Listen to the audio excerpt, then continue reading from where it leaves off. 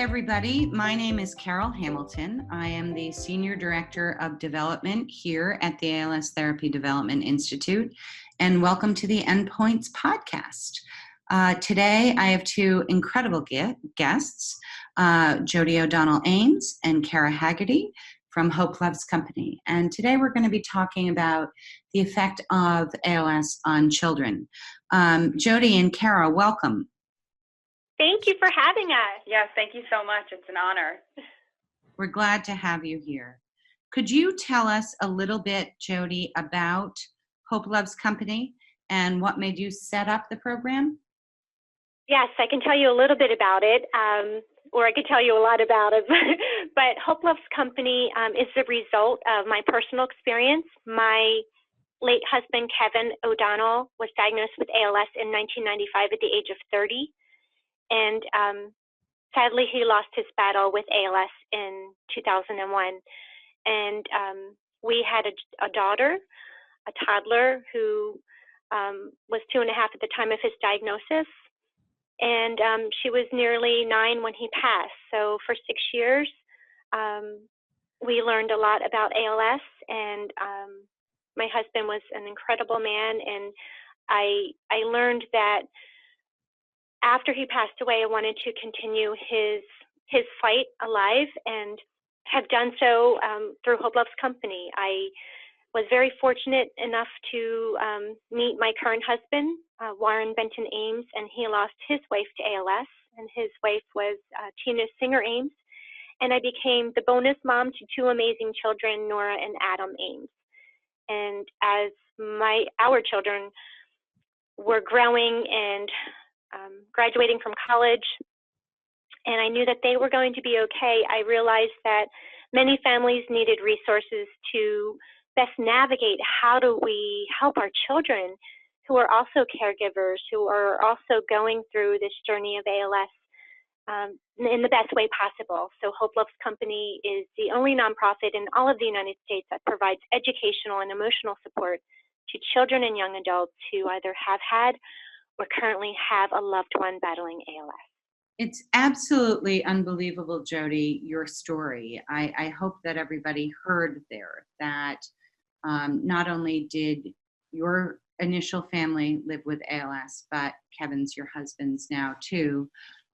So you certainly have an awful lot of experience with young children and children as they grew up dealing with this. And it speaks to the power of this community that you stood up and took your experience and were able to make it into something that would help others. So first of all, thank you very much. Thank you. What's something, before we get into the children too much, as someone who has had a personal experience, what is something that you want everyone to know about ALS? When you think about ALS, what do you think of? Well, I did not know a lot about ALS until my husband was diagnosed. I knew of Lou Gehrig. People say that ALS is a rare disease, yet I speak publicly about ALS several times a week. And every single time I speak of ALS, at least 2 or 3 people come up to me and share their ALS experience. So what I want people to know is ALS can affect anyone at any age, any race, any culture. It's worldwide, and I feel like it's more prevalent than we believe. I feel like ALS has affected many more families than we realize.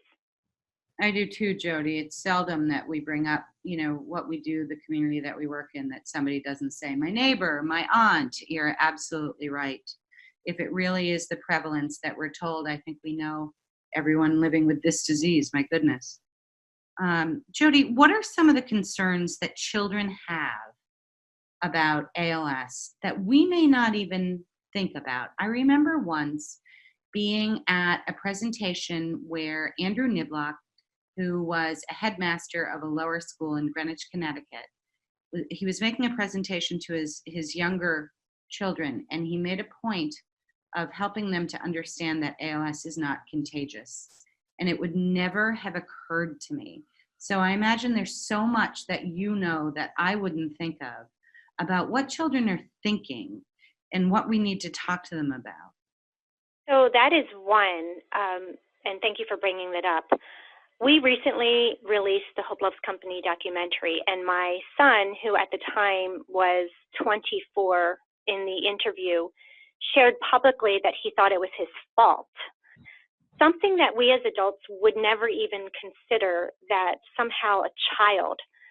And the reason he thought ALS was his fault is because when he and his mom tried to take a bike ride, she fell.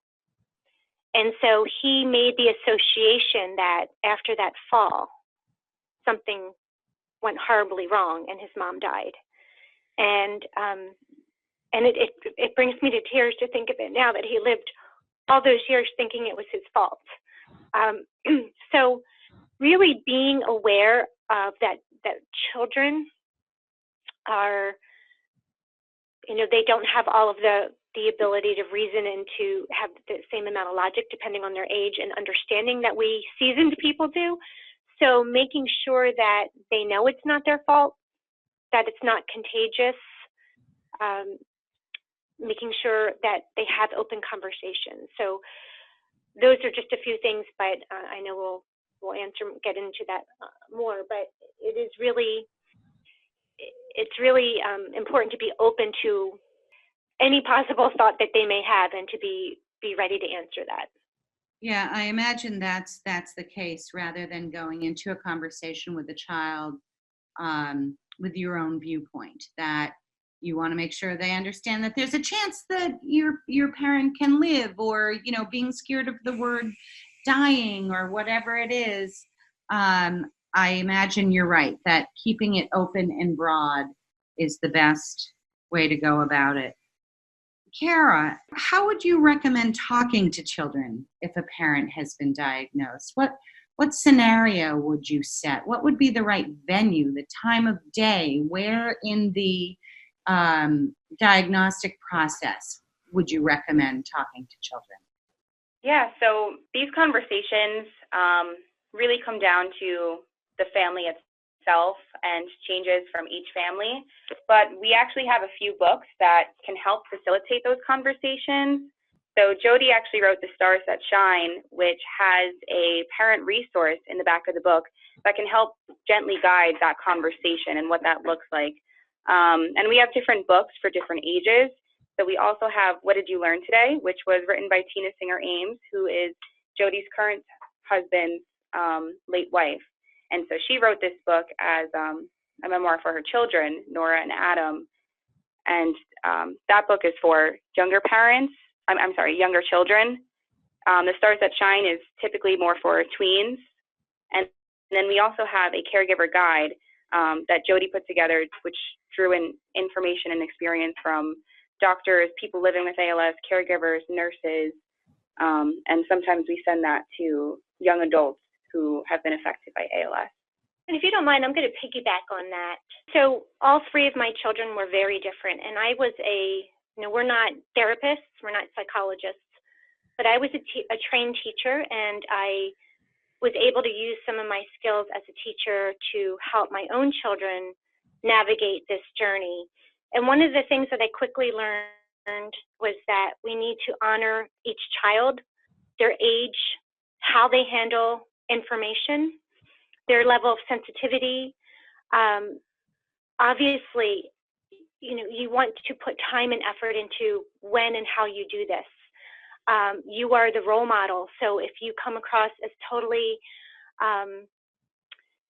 upset, your child is going to be, and not that that can always be avoided, but you're the kind of the example that they will model, and it's okay to show your emotions as well, but be cognizant of each child and how they cope with information, anxiety, their sensitivity level, their level of understanding their age, and make it in a situation that's very comfortable to your child. So how they are able to relax and be in their space, go to their space that's comfortable to them. Jodi, you talked about, being sensitive to their ability to understand different aspects and their age. How does understanding change with age? And could you give us an example of some things you might say to an older child that you might not to a younger? Yes. So obviously, we know that children at different age levels are able to understand different concepts. So they may not be able to understand ALS. I once had a little boy at 5 years old thank me for sending him a book with the 3 letters his mommy has. So if I sent a book to a 3-year-old about ALS, his association was, my mommy has those 3 letters. And it was so, it brought so much awareness to me that that's how a 3-year-old sees this. Yeah. 3 letters. Yeah. Whereas, And you know, someone who's 10 or 11 not only wants to know what ALS is, but also wants to know, what do I need to know today? What does that child need to know today? And where his or her parent is. Sometimes they want information, but maybe not necessarily all of the information. Children can handle so much information at one time. So again, it's based on the child. We've had in our camp sessions, we have 10-year-olds who did a lot of research and said, you know, I want to be with the teens when we have discussion because I have some questions that I want to ask and I want to know how to handle the situation. Whereas you might have a, you know, a 10-year-old who is not on the same level and might just need to know for today that mom needs help in the wheelchair and how can I want to be able to help her, how can I help her, and what might she need other than that. So it's really just being aware of the child's different personal maturational level as well. So there are no mandates here. It really is child specific. I think that it is. You know, if you go through child psychology books, you can find out, you know, the complete criteria for what you can and cannot discuss with a 10-year-old. But as a parent, you know your children, right? As a parent, you know your child best.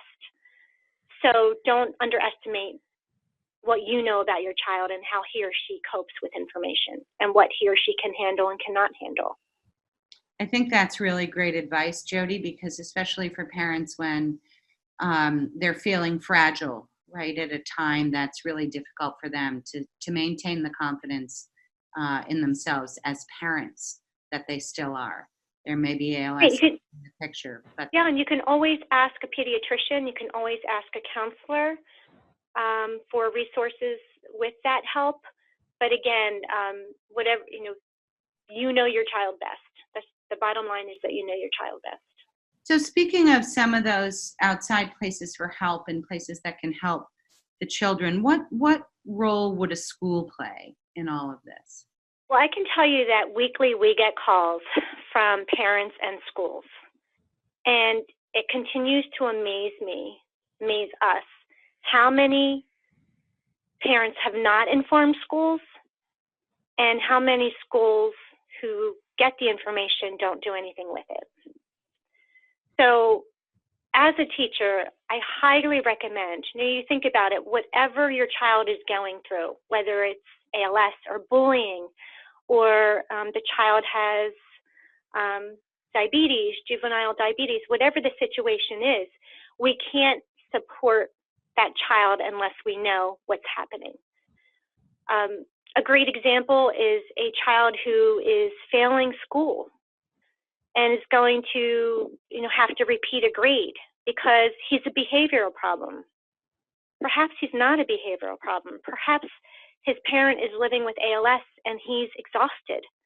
And if the school only knew that he's exhausted and is a behavioral problem according to them because he can't function without sleep because he's caregiving at night.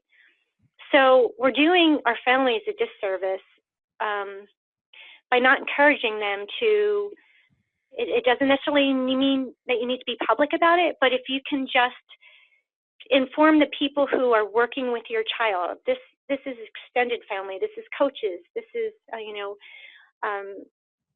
anyone who's working with them, to say, today at soccer practice, he may have cried, not because he got hit by the ball, but because of all that's going on at home. I had a great example of this. Is I had a 13-year-old come to one of our first camps. And within the first 10 minutes, this was a big young man, and his dad was living with ALS and was just recently put into a facility, placed into a facility.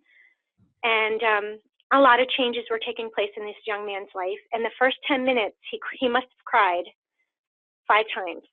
And his mom said to me, he never cries at home. I don't know why he's crying so much. And it dawned on me, because he can. This is a safe place for him to cry. All this is happening, and he's been trying to be the big, strong young man for his mom. And now he knows that this is a place where everybody can come to talk about ALS and to talk about how they feel. And he can do this, so it's safe.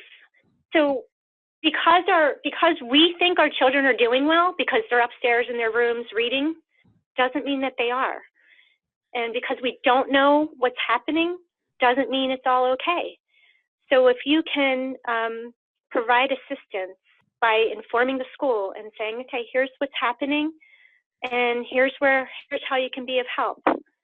I remember personally, just very quickly, I wrote letters to all of my family and friends. And I said, my husband is very sick with ALS. This is what it does. This is what's been going on. And we have a toddler, and I don't want her to miss summer. So if you can invite her to your outings, if you see her, give her a hug. You know, I tried to encourage others to be there for her as well. That's great advice, because as we all certainly know, people are inherently good and want to help, and being able to help child in this situation, I'm sure is, I bet she got a lot of invitations. I certainly hope she did. She did, and it was great because she got to do what she wanted to do for the summer, and I had time with Kevin. Right. Yeah. And Cara, listening to that story that Jodi just told about that young man, the teenager, you know, how do children as a whole benefit from being around other kids who are facing ALS in their families? Right, so I can actually talk not necessarily from personal experience, but my boyfriend lost his father to ALS, and he and his sister were both teenagers when he was diagnosed and under 22 when he passed away. And they didn't know about Hope Loves Company, and I didn't know about Hope Loves Company until 2018, when I met Jodi and Lori, who is our new program and grants director at the College of New Jersey Career Fair.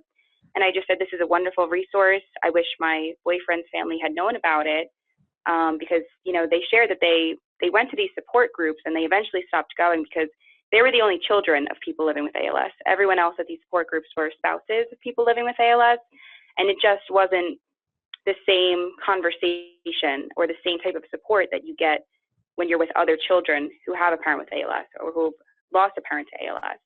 And my boyfriend's sister actually volunteered at our camp in New Jersey last month, and she said that it was, you know, she can't wait to go to the next one, and he's interested in coming to the next one as well. So I think it's huge to be with other children who understand what they're going through, because even their best friends at home, you know, how can you talk about this with someone who doesn't have that same experience? And how can you get support from someone who, you know, really doesn't know how to give it? And, you know, that's not their fault, but it's incredibly beneficial to be with other children who share in those experiences.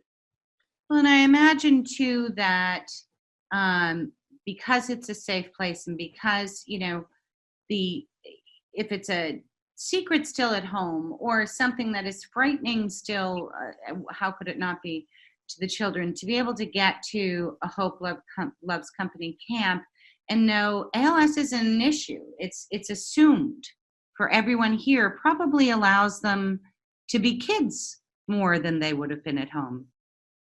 Definitely. And one of our campers, I think at the first camp she attended back in 2012, said, this is the first time in my life where I didn't have to explain what ALS is, and, you know, what a gift that was. Yeah. First time in a year and a half when her father was diagnosed, that she didn't have to explain ALS to anyone present, which was a gift. I just want to make sure everybody realizes that Camp HLC is a free weekend retreat for families affected by ALS. And we do have one in Massachusetts in August. And we have 6 this year, and our website is hopelovescompany.org. One of the first, my favorite experience was the one that Cara just shared, because a 15-year-old who came to camp, and I was wondering if this really would make an impact, when she said that her father's illness, she had to keep explaining it and explaining it again and again. When families come to camp, they don't have to explain it because everyone there knows. So you already can just be when you get there. But one of my favorite stories from camp is, I love sharing this with adults, is the fact that in Massachusetts at our Camp HLC 2 years ago, we had our young adults like to stay up the latest. So myself and another volunteer were sitting in the dining hall with probably 10 young adults, and they were laughing so hard. I was trying to figure out what they were laughing about, but I was trying to also give them their privacy. And as I walked by, I heard that they were sharing horror Hoyer lift stories. Yeah. And they were sharing how they almost dropped the person they loved, or how they couldn't get the Hoyer lift under the bed. And in that realization, I just stood there, and I think I had a good cry, because I thought, wow, this is giving children the opportunity to laugh about something that's scary. Yeah. And also, I mean, where else? How many adults talk about Hoyer lifts? Not many. Where else would these children have the opportunity to share that experience? And it made me very, very proud of them and of the program.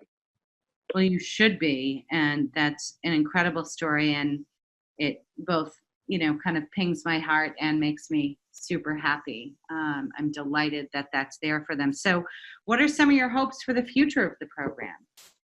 So we are continuously looking at how we can best serve families with ALS, and we would like to have eventually up to 9 camps. So we have a few more, maybe a few more than that. So we really hope that every family in the United States within driving distance, within a 5-hour driving distance, can attend a camp, HLC, and can meet other families and feel less alone and feel supported, embraced, and celebrated in their journey.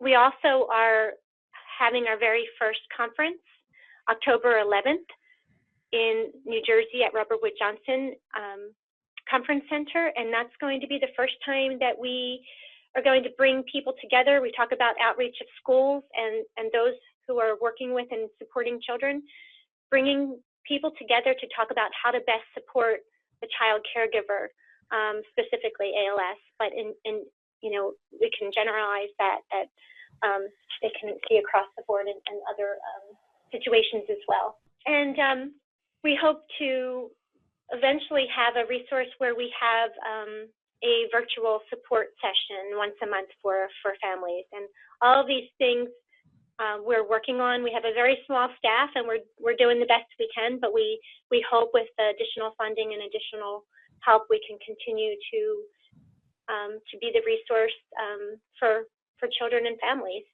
You do an awful lot with what you have, and I mean, some of those new aspects of Hope Loves Company sound fabulous. Is there anything else you want our audience to know before we finish up? We'd like to thank one of your volunteers. Yes, Emily from ALS TDI will be joining us at our Massachusetts camp in August. So we're very excited, and we're very grateful to connect with other organizations that all have the same mission to support people affected by ALS. So we're super excited about that. Well, she couldn't be more excited herself. She is delighted. And I love that, we can be part of the village who helps through Emily, at least in this way. So we always say that we're able to do what we do because of organizations like ALS TDI who are able to concentrate on research, and we're able to fulfill the need that we do because of organizations. So grateful that you are there, because you are great at that. So I would like to thank everybody today, Cara Haggerty and Jodi O'Donnell Ames from Hope Loves Company, thank you so much for talking to me today and our audience about helping children in families with ALS. Thank you for the work that you do with the camps. And if anyone has any questions, again, my name is Carol Hamilton. You can always email endpoints@als.net. Thank you all very much. Thank you so much. Thank you so much, for Carol. having us. Take care.